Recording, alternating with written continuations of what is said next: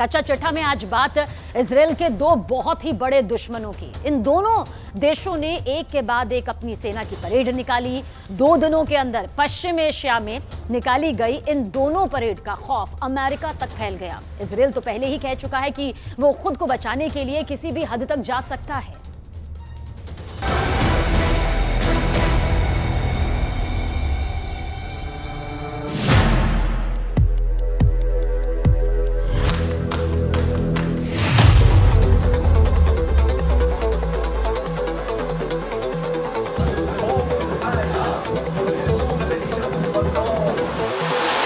दो देश,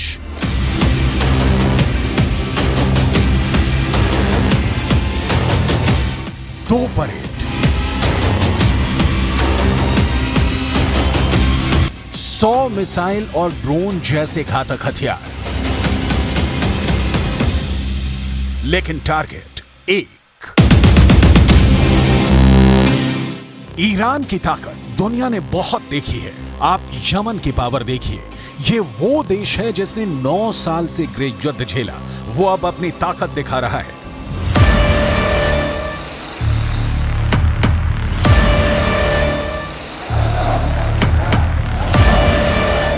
यमन वो देश है जिसने पिछले 8 वर्षों से सऊदी अरब और उसके 15 साथी देशों से युद्ध लड़ा। जिस युद्ध में उसके खिलाफ अमेरिका भी रहा, ब्रिटेन भी रहा और इजराइल ने भी यमन के खिलाफ मदद की। वो यमन अब अमेरिका और इजराइल दोनों को ललकार रहा है।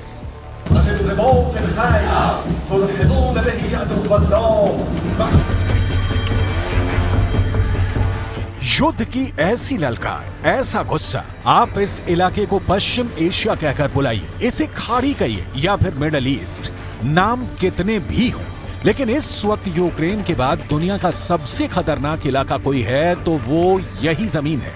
पिछले 4 दशकों से यह इलाका युद्ध देख रहा है और अब एक बार फिर यमन और ईरान ने अपनी परेड दिखाकर बता दिया है कि इजराइल और अमेरिका के खिलाफ उसका युद्ध किसी भी वक्त शुरू हो सकता है।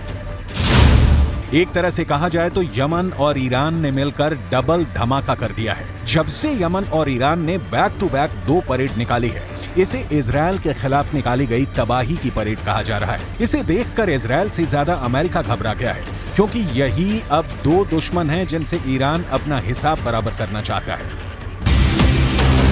सऊदी अरब से दोस्ती के बाद ईरान के सामने अब सिर्फ 2 ही बड़े चैलेंज हैं। ये है इजराइल और अमेरिका। बहुत गौर से देखिए ईरान के राष्ट्रपति इब्राहिम रईसी ने इजराइल और अमेरिका के लिए क्या कहा।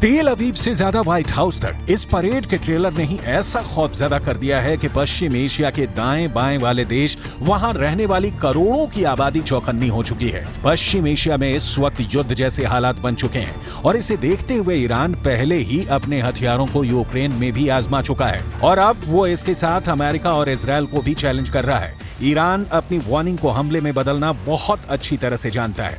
ऐसा उसने जनरल सुलेमानी की हत्या के बाद करके दिखाया था। साथ में अब यमन में जो परेड हुई है उसने ईरान की ताकत को और बढ़ा दिया है। यमन वो देश है जिसके ज्यादातर हथियार ईरान से ही सप्लाई किए गए हैं। यमन की इस मिसाइल का नाम है तूफान, जो 1000 किलोमीटर की रेंज तक मार कर सकती है। इस मिसाइल से यमन ने सऊदी अरब को कई बार डराया है। इजराइल को भी लगता है कि यमन को ऐसे और हथियार मिल सकते हैं और फिर वो उसके लिए खतरा बन जाएंगे। ईरान भी यही डर फैलाना चाहता है। जाहिर है कि इजराइल के लिए भी एक नया फ्रंट साबित हो रहा है।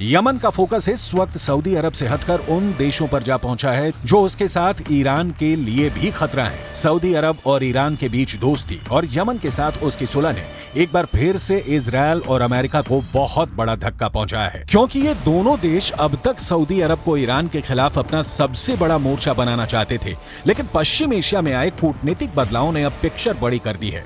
यमन और सऊदी अरब के बीच युद्ध खत्म हो चुका है और यमन अब सीधे इजरायल को टक्कर देना चाहता है, लेकिन साथ में यमन की तरफ से एक वार्निंग सऊदी अरब को भी दी जा रही है जो इस परेड में छुपी हुई है। यमन एक छोटा देश है, बेहद गरीब देश है, लेकिन उसने सऊदी अरब के सामने हथियार नहीं डाले। इसकी वजह ईरान से मिलने वाली मदद रही है। ईरान ने अपनी मिलिट्री पावर से अमेरिका और इजरायल दोनों को परेशान किया हुआ है। तेहरान में हुई परेड ने इसका एक छोटा सा मॉडल दिखा दिया है। इसलिए बड़ी पिक्चर में युद्ध का जो खतरा मंडरा रहा है उसमें ईरान इजरायल के लिए बहुत खतरनाक साबित हो सकता है। इन दोनों की दुश्मनी किसी भी वक्त युद्ध में तब्दील हो सकती है। इसमें कोई शक नहीं कि पश्चिम एशिया में इजरायल और ईरान एक दूसरे के सबसे बड़े दुश्मन हैं। दोनों ही हमेशा एक दूसरे को मिटाने की धमकियां देते हैं। अब इस परेड में अपने अंदर की आग दिखाकर ईरान ने साबित कर दिया है कि उसके खिलाफ चाहे जितनी भी आर्थिक पाबंदियां क्यों न लगा दी जाएं, उसकी ताकत बढ़ती ही रहेगी। ईरान ने हाल ही में अपनी एक मिसाइल का टेस्ट करके बता दिया है कि वो इजरायल को मिट्टी में मिला सकता है। इससे आप ईरान के तेवर को समझ सकते हैं। ये ईरान की नई मिसाइल खुर्रम शहर 4 है, जो टेक्नोलॉजी के मामले में ईरान की बहुत ही खतरनाक मिसाइल मानी जाती है। ये ईरान की खुर्रम शहर 4 मिसाइल है और इसकी रेंज 2000 किलोमीटर है। ये 1500 किलो तक का वॉरहेड ले जा सकती है और खुर्रम शहर 4 इतनी सटीक है कि ये मिसाइल अपने टारगेट के 30 मीटर के दायरे में ही गिरती है और 13 मीटर लंबी इस मिसाइल को लॉन्चिंग के दौरान ही खत्म किया जा सकता है, क्योंकि जब ये अपने टारगेट की तरफ बढ़ती है यानी टर्मिनल स्टेज में इस मिसाइल की रफ्तार करीब 20,000 किलोमीटर प्रति घंटा हो जाती है। इजरायल के किसी भी मिसाइल डिफेंस के लिए इसे रोकना आसान नहीं होगा। इसीलिए इजरायल अब लगातार यहां पर घबराया हुआ है, क्योंकि उसके पास इसका कोई भी विकल्प किसी भी तरीके का नहीं है।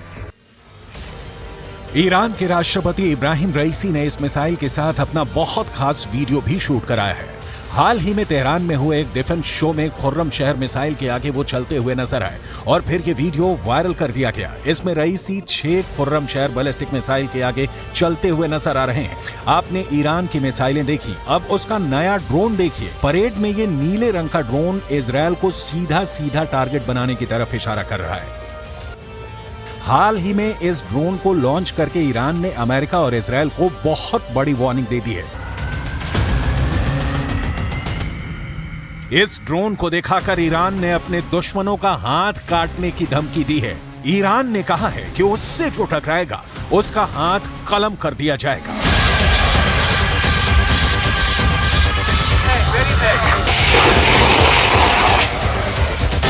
आखिर इस नए ड्रोन को लेकर ईरान का आत्मविश्वास इतना क्यों बढ़ गया है? ये ड्रोन गाइडेड बम से लैस है। ये drone anti tank guided missile से लैस है। इस ड्रोन का नाम है मोहाजिर 10 और यही ड्रोन पूरी दुनिया को दिखाकर ईरान ने 2 देशों को बहुत ही खतरनाक चुनौती दे दी है। एक है अमेरिका और दूसरा है इजरायल। दोनों ही ईरान के कट्टर दुश्मन माने जाते हैं।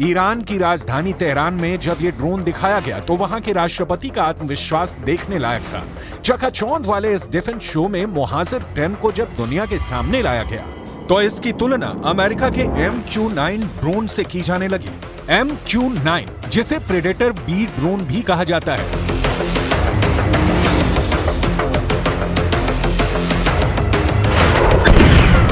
ये वो ड्रोन है जिससे अमेरिका ने अफगानिस्तान और पश्चिम एशिया में अपने बड़े बड़े टारगेट को खत्म किया है। इसमें अल-कायदा का चीफ अल जवाहिरी भी शामिल था, लेकिन अब इसी ड्रोन की नकल बनाकर ईरान अमेरिका को चैलेंज कर रहा है।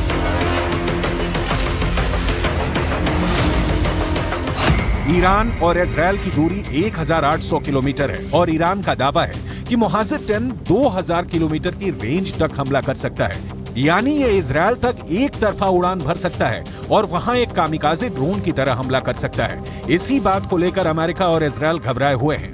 मुहाजिर 10 ड्रोन की रेंज 2000 किलोमीटर तक है। ये 24 घंटे तक आसमान में मंडरा सकता है और सबसे बड़ी बात यह कि मुहाजिर 10 ड्रोन 300 किलो वजन तक की मिसाइल और बम लेकर उड़ सकता है।